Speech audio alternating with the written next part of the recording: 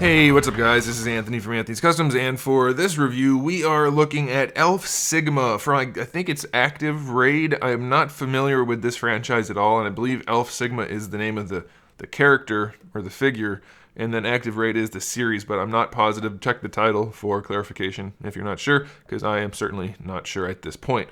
Anyway, this is a figure that my buddy lent me so I could review it for you guys, and it's really cool looking, but it might be the most breakable figure I've ever handled. I've never had so many tiny, fragile plastic parts that just hang out there in the open before. It's very delicate, but it does look cool, and if you're into the franchise, you might like it, so we're going to go ahead and review it. So let's take it off the stand and take a closer look. This guy stands just about 15 centimeters tall, which makes him just shy of 6 inches. So he's not tiny, he's not too big, he's pretty well sized in the import figure market, so that's okay. He's almost completely molded in white or dark gray, and then the blue is almost completely painted, and it's all very clean. You can see some of these accent spots where you have like a little black dot or other things like that. It's very clean, looks really good. And all of these parts, like I said, are separate sculpted pieces. Now, I do have most of the fragile stuff off of him right now. I'll show you that in a little bit. But like these, for instance, they're hard plastic, and they will just easily break if you're not careful. These pieces right here, going around the waist, these are also hard plastic and only connected in the back, so they could break. This is a soft piece, so that's kind of nice. These guys are all solid plastic, but luckily they're on a ball peg. And then this piece back here, again, solid, brittle plastic, but not movable at all, so be very careful about that. Okay, so before we get into the figure more, though, let's talk about the accessories. You kind of saw two of them on him as he was on the spin around. So we have these two ring things that go on his side. Then we have two more of the ring things that have these thrusters or guns or whatever these things are. They're all connected, and they all have hinges on them, but they only have hinges. They don't swivel or slide around the ring or anything like that, so it's just the hinges. But again, very fragile. Then we do have a few different hands. We have the fist hands that come on him in the package, two gripping hands, and then two style pose hands. And lastly, we have two different guns. They're just mostly blue plastic with a little bit of paint detail, which isn't bad, but that's about it. So it's kind of a cool figure. It's relatively basic for having lots of these little hanging down parts, and it's a little bit more worrisome to be posing this guy when you have these pieces connected. But I'll leave them on there.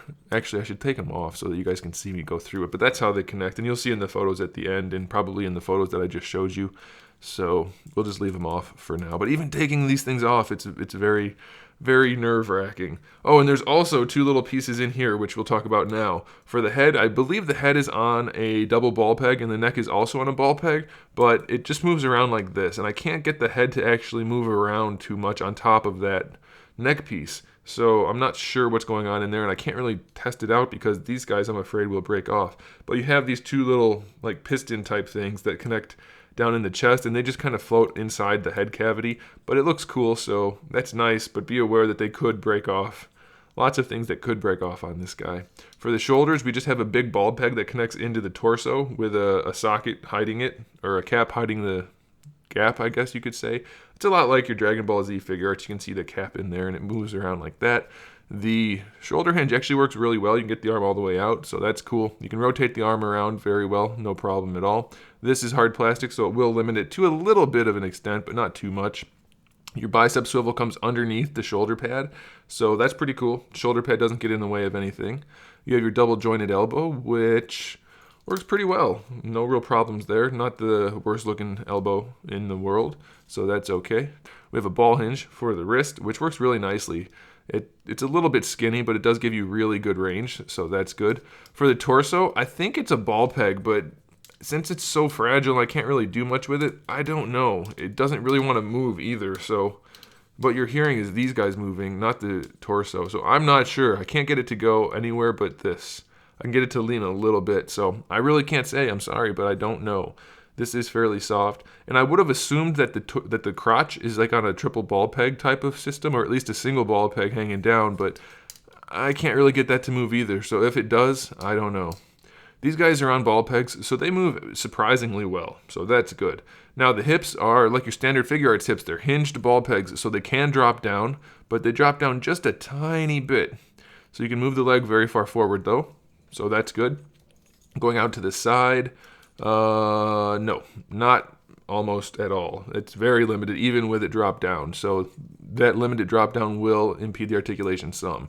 You do get a full thigh swivel though, so that's good. As far as the knees go, we have actually surprisingly good range, and it is a little mechanical looking, but that's okay based on the character design, so that's good. And then for the ankles, we have a hinge going forward, which works really nicely. A hinge going back, which works really nicely. Then we have a true ankle rocker, but due to the sculpt, you can see how this part right here hits the plastic. Very limited ankle rocker, almost non-existent.